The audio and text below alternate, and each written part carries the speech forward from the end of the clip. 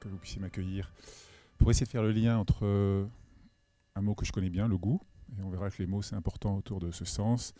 Un autre qui est votre raison d'être, le leadership. La distance est longue, mais je vais essayer de parcourir le chemin autant que possible.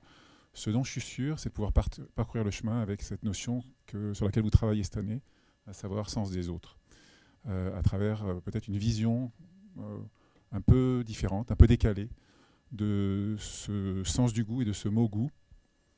Le goût, on est dans la semaine du goût. Je pense que certains peuvent subir la pression parfois de presse de cette semaine ou dans les écoles, etc. Ça existe, ça fait 28 ans. Donc c'est quelque chose qui nous concerne. En tout cas, ça nous concerne dès qu'on mange. Ça, c'est évident. Ce que je vais essayer de vous faire ressentir aujourd'hui, on verra à quel point, puisque vous aurez, si vous le voulez bien, une petite contribution à travers votre palais pour prendre conscience d'un phénomène. C'est à la fois l'importance de ce sens et la méconnaissance qu'on peut en avoir de façon intuitive. Et pourtant, il y a beaucoup de discours dessus. Déjà, vous travaillez sur 7 sens et Aristote avait catégorisé le goût parmi les 5. Hein, cette idée qu'on a les mains pour toucher, la bouche pour goûter, le nez pour sentir, etc. Aujourd'hui, les neurosciences montrent que c'est beaucoup plus complexe. Et en tout cas, le goût, très simplement, est à la fois un sens qui en contient plusieurs et qui a des particularités que les autres n'ont pas. En tout cas, certains d'entre eux. Pourquoi plusieurs? Parce que quand vous mettez quelque chose en bouche, d'autres sens interviennent rapidement. Et si vous voulez expérimenter le goût, la gustation, c'est une expérience que certainement très peu d'entre vous ont eue. Elle est vraiment au niveau des papilles. Il faut supprimer un sens qui intervient beaucoup, qui est l'olfaction, et qui a les mêmes caractéristiques que le goût. Ce sont 2 sens dits chimiques. J'aime pas ce mot, mais pourtant, c'est des petites molécules qui interfèrent. Ce n'est pas des logiques mécaniques. Et ça, vous allez voir, c'est extrêmement important par rapport au fonctionnement de ce sens. On va le ressentir dans 5 minutes, vous allez voir, enfin non, dans 2 minutes. L'autre point important qui me permet d'aller vers le sens des autres, c'est le poids que ce mot a pris, une espèce de glissement sémantique qui a eu lieu, on le rencontre dans bien d'autres domaines, et c'est très pratique pour les publicitaires notamment. Le goût de l'excellence, le goût de ci, le goût de ça, c'est un espèce d'opérateur linguistique qui déborde le domaine du palais. Et je vous proposerai peut-être une hypothèse qui permet de comprendre ça.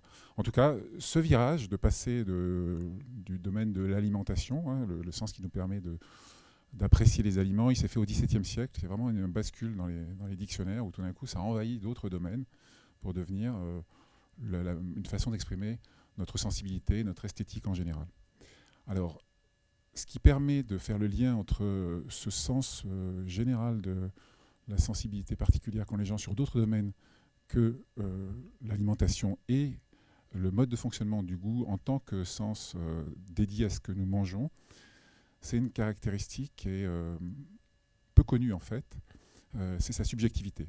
Alors vous allez me dire, oui, on sait, le goût c'est subjectif, il y en a qui préfèrent, les Anglais par exemple n'aiment pas les escargots, ils nous détestent pour manger, on en mange moins mais manger du cheval, et puis en ce moment il y a tout un pan d'espoir pour nourrir la planète qui est autour de l'entomophagie, hein, l'alimentation des insectes, il y a plein de choses que des gens aiment et d'autres pas, à commencer dans votre propre famille, votre cercle plus élargi, et puis toutes les gens que vous avez pu rencontrer à travers le monde. Donc culturellement, oui, c'est un sens subjectif, effectivement, c'est-à-dire que le goût des autres n'est pas toujours le nôtre, et on n'a pas besoin d'aller très loin, il suffit d'entrer dans un restaurant, et on n'a pas toujours envie de goûter ce qu'on ne connaît pas. Ce que je veux, à travers la petite enveloppe qui est posée et que je vous demande de prendre, si vous en êtes d'accord, c'est faire une petite expérience qui est absolument inoffensive, mais qui va me permettre de vous donner la sensation pure d'une subjectivité qui est bien plus profonde au niveau du goût et que peu de gens ont. Il y a une petite languette à l'intérieur. Si on arrive à peu près tous ensemble à ça mettre sur le bout de la langue, il n'y a rien de dangereux, hein, je vous assure. Voilà. Et on va avoir des sensations différentes les uns des autres, je pense. Est-ce qu'il y en a qui sentent quelque chose de fort, notamment Oui, sur la langue. Ouais, c'est avec le... Voilà. ceux qui sentent quelque chose qui les dérange, vraiment, si vous avez la gentillesse de lever la main. Voilà. Donc, c'est à peu près. Est-ce qu'il y en a qui sentent rien du tout? Voilà. Donc, vous voyez, on a juste on est 50, l'expression de la diversité génétique. Donc, on le fait dans les écoles primaires, ce test. C'est pour montrer qu'on est tous différents. Alors, vous me direz, c'est sur cette substance, on ne sait pas ce qu'il a mis, c'est très bizarre, etc. Bon.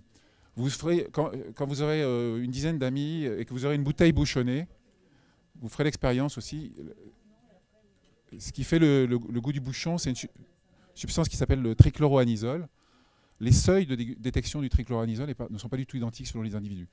Ce que je veux illustrer par cette petite expérience, je n'ai qu'un seul stimulus, c'est vous montrer qu'il y a une façon de sentir qui nous est propre à chacun. Donc là, on a à peu près 3 groupes. Des goûteurs qui ont fait la grimace, des gens qui ont trouvé ça bizarre et d'autres qui n'ont rien senti du tout, mais rien du tout, à ce niveau de concentration.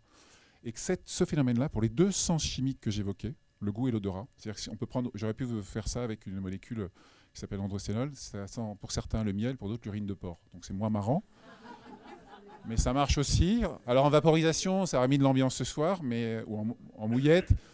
Je vous ai épargné ça parce que je vous ai... Donc dans cette sphère buccale, on a 2 sens qui viennent exercer cette profonde subjectivité qui est liée au fonctionnement moléculaire. C'est comme ça. Ce qui fait que chacun voit le monde olfactif et gustatif à sa façon. Alors, pourquoi je les lis? C'est parce que ce que vous appelez le goût au sens commun, c'est très souvent de l'olfaction, en fait. Si vous bouchez le nez, vous ne goûtez pas ce que vous avez l'impression de goûter. Si vous êtes enrhumé, et quand je vous disais on n'expérimente pas le goût au sens quotidien, c'est qu'il faut vraiment, pour sentir des petits produits comme ça, il y en a des centaines, en fait, non pas 4, comme on raconte dans les écoles. Hein. Il n'y a pas... les primaires sur les couleurs, ça existe. Les primaires sur les goûts, ça n'existe pas. Même si vous trouvez ça dans les livres de vos enfants. Pas plus que les localisations sur la langue, ça n'existe pas non plus. En tout cas, pas aussi nettement que ça vous est présenté. Il y a beaucoup de choses qui ont été révisées par la science récemment, c'est-à-dire dans les 30 dernières années. Hein. C'est la science, de temps que ça passe dans les manuels. On a ces 2 sens qui interfèrent, et puis vous imaginez bien que quand vous mangez les chips, s'il n'y a pas un petit peu d'audition, si ça ne craque pas un peu, si la somesthésie, le toucher buccal, vos oreilles ne sont pas titillées, ça ne va pas le faire, la chips, hein, c'est pas, ou le chocolat, etc. Et bien sûr, la vue intervient aussi. C'est ce qui fait, je travaille dans une école de gastronomie, il y a une espèce de modèle du visuel qui primerait sur le goût, du goût qui revient. C'est une façon cyclique qu'on a cette dichotomie qui prime dans l'appétence qu'on fait au niveau des plats gastronomiques.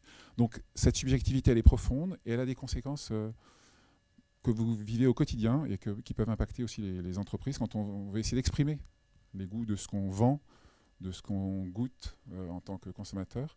Or, étant différents les uns des autres, structurellement, si en gros, quand vous goûtez ici, votre voisin goûte là, ça va être compliqué de déterminer la couleur du goût qu'on a dans la bouche. Et c'est vraiment des différences qui sont de cet ordre-là quand on utilise les statistiques multidimensionnelles et qu'on ne fait pas comme on l'a fait pendant des années, c'est-à-dire demander aux gens si c'est salé, sucré, acide, amer. Donc ils répondent dans les cases. Ou si c'est telle odeur, ou telle odeur, ou telle odeur. Si c'est un mot qui ne vous dit rien, et c'est ce qui se passe très souvent dans les contextes sociaux, vous sentez quelque chose, vous n'avez pas forcément le mot, mais en tout cas la sensation vous est précise. Mais il se trouve qu'il y a quelqu'un qui a un statut, un sachant, qui va vous couper le champ de votre expression. Et c'est là que je veux en venir. C'est que, à force de ne pas être conscient de son individualité, de son intégrité, et ne pas voir du coup l'individualité et l'intégrité de l'autre, on se coupe d'une relation qui enrichirait la relation aux autres à travers la sensation pure. Et on rentre dans une logique où le goût devient quelque chose qui est dans les étages supérieurs, c'est-à-dire purement cognitif. Le cerveau, donc mes préférences, donc c'est ce que je mange, donc c'est ce qui est meilleur, et c'est ce que je ressens, donc c'est comme ça que ça s'appelle.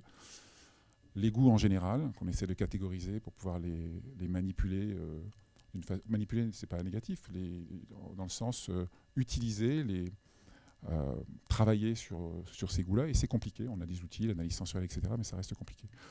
Donc là, il y a un enjeu qui est si je prends conscience de cette subjectivité, de cette différence, si je prends confiance dans la force de ce que je ressens, et que je suis par là même conscient, en me connectant moi-même, que l'autre a cette même capacité, on va pouvoir avoir une relation et une conversation tout à fait différente.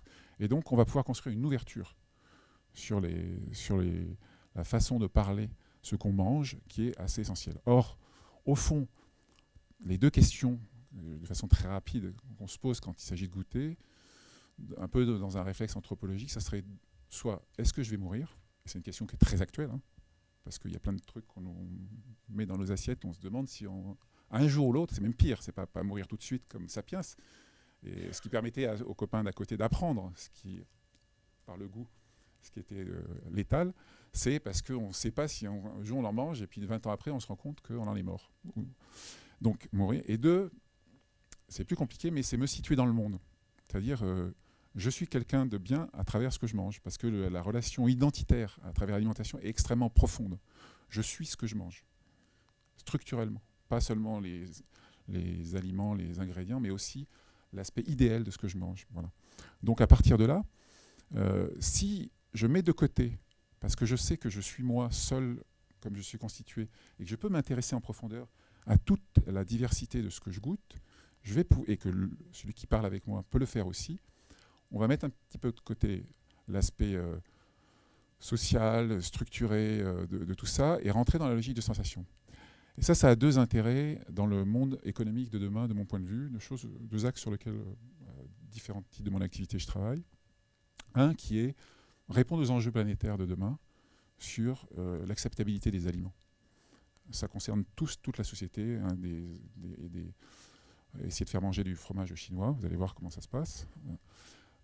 Si on reste sur les archétypes culturels, on n'est pas sorti d'affaire. Si on s'intéresse à la sensation, on va peut-être pouvoir arriver à commencer un dialogue qui va faire qu'on mangera soit des choses qui sont bizarres parce qu'elles sont loin, dans le temps, dans l'espace scientifique ou technologique, parce que la technologie fait peur, et pourtant, pour 11 milliards d'individus, il va bien falloir trouver des solutions. On ne peut pas tous manger du thon rouge, des ortolans ou des choses interdites qui nous plaisent beaucoup, mais auxquelles les autres n'ont pas accès. Donc ça, c'est un premier axe.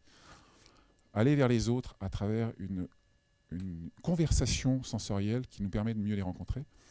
Et un deuxième axe auquel je crois, c'est pour les entreprises. Moi, j'ai créé des écoles de dégustation. Très souvent, la dégustation est intimidante. Et révéler le dégustateur qui est à l'intérieur de nous-mêmes et libérer celui qui est à l'intérieur de celui avec qui on discute, ça, c'est porteur, bien sûr, d'ouverture, mais je pense que c'est porteur d'une valeur que les marques peuvent porter aujourd'hui, qui ne sont pas simplement une logique de distinction. Okay, c'est bien de dire qu'on a le meilleur produit, qu'on est formidable, mais la relation, d'abord, il y a quelqu'un qui peut arriver avec un produit encore meilleur derrière, mais que la relation qu'on installe et qui répond à une demande d'humain que les gens cherchent quand ils vont manger, parce que quand vous allez chez un boulanger aujourd'hui, hein, quand vous allez chez les bouchers, ça remonte, les bouchers à Paris, c'est pas juste pour avoir le morceau de viande, le morceau de pain, c'est aussi parce qu'il y a un petit bout de l'humanité de celui qui fait, j'appelle ça des fois le goût de la sueur, qui vient dans votre corps. Et ça, les gens le demandent, quel que soit le niveau social, soit ils ne l'ont pas perdu, soit ils cherchent à le retrouver. Donc une marque qui aujourd'hui va chercher dans sa relation de long terme, non pas à travers l'intimidation, la marque souveraine, mais plutôt une relation qui dit, voilà, moi je fais ça, je le fais comme je le fais, vous allez le sentir de différentes façons, vous êtes tous différents. Par contre, je vais vous aider à explorer ce que je fais, alors, bien sûr avec éthique, transparence, et l'expérience que vous allez vivre avec moi fait qu'on va passer un temps long ensemble, parce que je vous fais vivre une expérience de long terme et que j'accompagne. Et je pense que, pour terminer, c'est ce qui est dans le sens du goût, pour me relier à votre sujet, peut-être un sens de l'empathie, parce qu'il nous oblige, par cette difficulté qu'on a à ressentir ce que l'autre ressent totalement différent de nous, à essayer malgré tout, par un questionnement, en proposant des expériences de notre vécu, des produits qui veulent dire quelque chose pour nous, on va arriver, en mettant ça sur la table, à rentrer quelque part d'une façon, pas forcément dans le palais de l'autre, hein, mais dans sa façon, dans son univers, et donc être en empathie avec lui au sens propre du terme. C'est en tout cas mon pari. Voilà. Merci de votre attention.